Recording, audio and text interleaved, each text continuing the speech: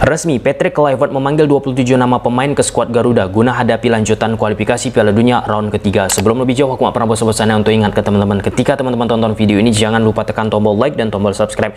Karena aku mendapatkan data statistik, banyak yang nonton kanal YouTube Tommy Deski ternyata belum menekan tombol subscribe. Jadi aku harap kawan-kawan melakukannya. Oke, saat official Timnas Indonesia mengumumkan nama pemain yang dipanggil Coach PK, ada kata profesional, yang artinya sementara skuadnya. Mengapa? Karena masih menunggu 3 pemain yang sedang menjalani proses untuk menjadi warga negara Indonesia. Siapa ketiga pemain tersebut? Yang pertama Emil Audero, yang kedua Joy Pelupesi, yang ketiga Dan James. Jadi kita tunggu bagaimana dinamika selanjutnya.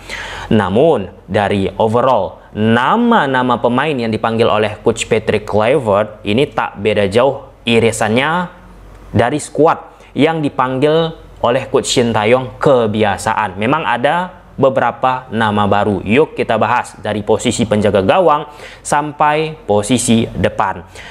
Kiper 3 pemain, Martin Vaz, Nadeo Argawinata, dan Hernando Ari.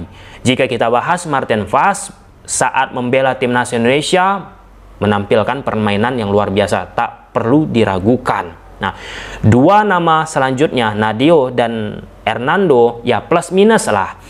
Nadeo bersama Borneo FC, mereka sedang struggle ini. Bagaimana bisa menciptakan permainan yang konsisten di atas lapangan. Secara individu, sosok Nadeo banyak menampilkan shape bersama klubnya, tapi tak sedikit juga keputusan-keputusan yang ditumpahkan oleh Nadeo memunculkan banyak perdebatan. Misalnya, Nadeo menjadi salah satu kiper yang ya beberapa kali mendapatkan kartu merah dan sering juga melakukan yang namanya blunder. Saat kita bicara level yang lebih tinggi, maka hal-hal kecil eloknya tak boleh terjadi, pun termasuk Hernando Ari, kawan-kawan. Hernando Ari ketenangannya perlu ditingkatkan, build up-nya perlu ditingkatkan. Ya, hitung-hitungannya Hernando bersama Persebaya trennya coba dikembalikan lagi. Performa Persebaya Surabaya dan beberapa pertandingan yang sudah dilakukan oleh Persebaya, tren mereka positif. Wajar bagi seorang pelatih Timnas melihat pemain itu, ya melihat juga bagaimana prestasi yang ditampilkan, yang diberikan bagi klubnya. Nah, posisi yang akan mendampingi kiper kita ini ke depannya memang akan sangat amat menarik, karena aku teringat dengan statement belum lama ini disampaikan oleh Pak Ete, ketika kita sudah ada Martin Vaz, maka perlu kedalaman dengan mendatangkan Emil Audero. Nah, dikala kita sudah ada Martin Vaz dan Emil Audero, dikatakan Pak Ete, pemain yang akan mendampingi satu pemain lagi kiper Timnas, seyogyanya lokal young player, kiper muda. Nah, silahkan saja tafsirkan kiper muda yang mana nanti secara provide yang mendampingi kedua kiper utama ataupun kedua kiper Martin Vaz dan Emil Audero. Nah, Hernando pun muda, Nadeo pun tergolong muda. Nah, kita geser nih ke posisi defender. Ada Jay Ejes, nggak usah kita ragukan lagi, penampilannya oke. Kemudian ada Mads Hilgers, dia pun oke. Rizky Ridho dari Liga 1 Indonesia bersama Persija pun sempat beberapa hari terakhir ketika bermain agak goyang-goyang juga. Tetapi suka tidak suka, Rizky Ridho salah satu pemain terbaik yang ada sekarang ini di Liga 1 Indonesia di lini belakang. Kemudian Justin Hapner dipanggil, Jordi Amat dipanggil, Kevin Dix dipanggil, Kelvin Verdong dipanggil, Sandy Walsh dipanggil, Sain Patinama dipanggil, Muhammad Ferrari dipanggil. Nah, ketika nama Ferrari muncul dari daftar skuad, kawan-kawan, ya banyak pandangan lah bermunculan. Kenapa Ferrari dipanggil? Kenapa bukan salah satu dari Sayuri bersaudara? Karena Sayuri lebih banyak posisi yang bisa ia tempatkan. Nah, Ferrari pun sebenarnya kawan-kawan, jika kita lihat bersama Persija Jakarta di bawah asuhan Coach Carlos Peña, Ferrari pun sempat bermain di center back. Ya, itu memang kemampuannya, dan beberapa kali juga ditempatkan sebagai wingback sebelah kanan di saat Rio Fahmi tidak tampil ataupun pemain yang diberi kesempatan lain tidak prima oleh Coach Carlos Peña. Ya, Kalau kita lihat dari nilai attackingnya, performa sekarang memang sayuri bersaudara kawan-kawan sedang oke-okenya.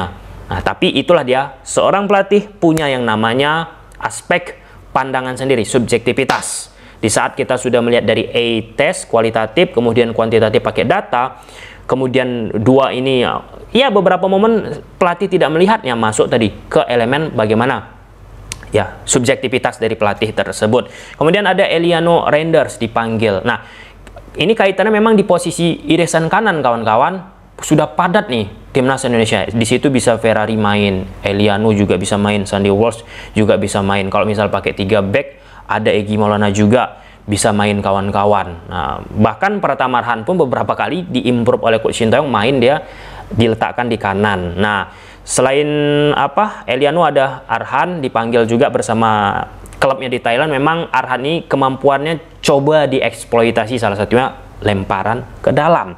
Lalu ada Nathan Choa On. Nathan Choa On bersama klubnya tidak mendapatkan menit bermain.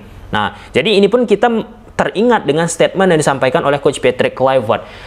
Saya akan memanggil pemain itu melihat seberapa banyak intensitas bermainnya bersama klubnya. Nah, artinya kan ini pertimbangan untuk memanggil lagi Nathan Choa On ini memang ya ada pertimbangan-pertimbangan lain yang tentunya itu hanya bisa diketahui oleh Coach Patrick Kluivert. Masuk ke sektor tengah, ada Tom Hai, Ivar Jenner, Ricky Kambuaya, Marcelino Ferdinand. Ini memang pemain-pemain yang biasa dipanggil, yang aku nanti-nantikan bagaimana kemampuan dari Ricky Kambuaya bersama timnas Indonesia. Di Dewa United disokong oleh Hugo Gomez, Messi Doro, Taisi Marukawa, kawan-kawan dan lain sebagainya. Ricky Kambuaya menjelma sebagai pemain yang sangat amat atraktif.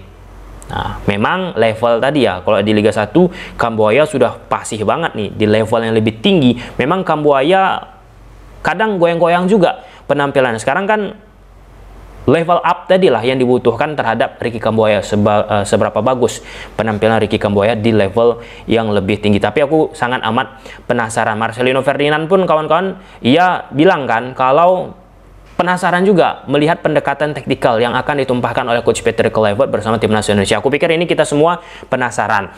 Kita geser ke sektor depan, ada Ramadan Sananta. Ramadan Sananta belum lama ini kawan-kawan di klubnya Persis Solo sempat kecewa diganti oleh Coach Ong Kim Sui. Nah, ketika ya respon Sananta kecewa, awak media bertanya kepada Coach Ong Kim Sui bagaimana menanggapi situasi tersebut. Nah, pertama dijawab oleh Coach Ong Kim Sui, kaitan sama kebutuhan. Di Liga 1 Indonesia hanya boleh memainkan 6 pemain. Artinya kebutuhan ini kan pandangan pelatih, itu harus kita hormati. Kemudian yang kedua, kalau misalnya Ramadan Sananta mau terus mendapatkan menit bermain di Persis Solo, maka Ramadan Sananta harus meningkatkan yang namanya performa di atas lapangan. Itu yang disampaikan oleh Coach Ong Kim Sui. Ini kesekian kalinya Ramadan Sananta mendapatkan kesempatan bergabung ke timnas Indonesia. Artinya kawan-kawan, ini harus betul-betul dimanfaatkan oleh Ramadan Sananta. Saat era STY, salah satu titik yang harus diimprove oleh Ramadan Sananta yaitu endurance-nya, fisiknya. Nah, apakah ini akan menjadi hambatan juga Ramadan Sananta bersama timnas Indonesia era Coach PK? Kita patut menanti. Kemudian Rafael Strijk dipanggil. Rafael Strijk ini pun tidak banyak mendapatkan menit bermain bersama klubnya akhir-akhir ini, tapi tetap dipanggil. Nah, ini hak dari Coach Patrick Kluivert, pasti ada pemikiran yang lain. Kemudian Egy Maulana Fikri ini bersama Dewa United gokil, menjelma luar biasa. Hoki Caraka sih yang menarik ya. Ya kita nggak tahu lah ya bagaimana, apakah akan tetap dimasukkan ke skuad yang final Hoki Caraka. Ya bersama klubnya Hoki Caraka ya sebenarnya masih bisa diperdebatkan, tapi aku hormati keputusan dari Coach PK, kita hormati. Kemudian ada Ragnar Roratmangun, Ole Romani, Septian Bagaskara. Ini nama baru kawan-kawan. Memang di Dewa United sudah ada Alex Martin. Sangat amat sulit bersaing tentunya. Akan tetapi ketika Septian Bagaskara dimasukkan, Septian ya bisalah memberikan kepercayaan tersebut. Dan berdasarkan data statistik, Septian Bagaskara menjadi salah satu pemain lokal kita yang banyak menciptakan gol di Liga 1 Indonesia. Nah, terlepas dari nama-nama pemain yang dipanggil oleh Coach PK, Aku sangat amat menantikan gimana sih tangan dingin, simsalabim, abrakadabra yang akan diberikan oleh Coach PK untuk timnas. Kenapa? Yang pertama, waktu Coach PK dengan pemain-pemain kita tidak lama. Nah, itu selain dibutuhkan tangan dingin, Coach PK dibutuhkan juga kekuatan super cepat bisa memahami oleh pemain-pemain yang dipanggil oleh Coach PK ini terhadap apa yang diaplikasikan oleh Coach PK nantinya. Kemudian yang kedua, jika kita breakdown dari posisi penjaga gawang sampai dengan posisi depan, ini ada irisannya. Pemain-pemain tersebut pernah merasakan ilmu kepelatihan dari Belanda. Misal Martin Pas, ya kan memang beliau irisan ada keluarga negaraan Belandanya. Nadio pernah irisan sama Coach Peter Westra, pelatih asal Belanda. Udah 2 pemain, J.H. Jess, Mes Hilgers, Justin Hapner, Jordi Amat, Kevin Dix, Kelvin Verdong, Sandy Walsh, Saint Patinama udah 10, Eliano, Nathan Chaon, Tom Hai, Ivar Jenner, Ricky Kambuaya, Rafael Strike, Egy Maulana, Ragnar Oratmangun, Oli Romani, Septian Bagaskara, 20 nama pemain kalau aku tidak silap kawan-kawan yang secara provide irisan pernah merasakan gaya kepelatihan dari Belanda. Nah, bagi seorang pelatih, contoh nih, Ricky Kambuaya, Egy Maulana, kemudian Septian Bagaskara, mereka kan sudah dicekoki dengan gaya kepelatihan Jan Olderenkring dari Belanda yang sempat ditemui oleh Coach PK. Nah, ketika mereka bergabung dengan pelatih timnas dari Belanda, sedikit banyaknya mereka akan terbantu itu dengan apa yang sudah ditumpahkan Coach Jan Olderenkring dari Belanda bersama Dewa United. Nah, sampai situ pasti paham kawan-kawan. Ketika mereka sudah dicekoki akan membantu Coach PK pun menginstruksikan, mengimplementasikan apa yang ingin dimainkan oleh Coach Patrick Kluivert itu. Nah, di saat sekali lagi kawan-kawan Coach PK tidak memiliki waktu yang banyak, nah disitulah Coach PK ingin juga nih akselerasi yang cepat dari pemain-pemainnya untuk memahami apa yang dimau oleh Coach PK. Kan itu juga menjadi salah satu yang dibahas. Bagaimana Coach PK ini dengan komunikasinya bisa menciptakan harmonisasian terhadap permainan timnas Indonesia. Gimana menurut kawan-kawan dengan pemanggilan ini? Coba silahkan tulis di kolom komentar. Bye.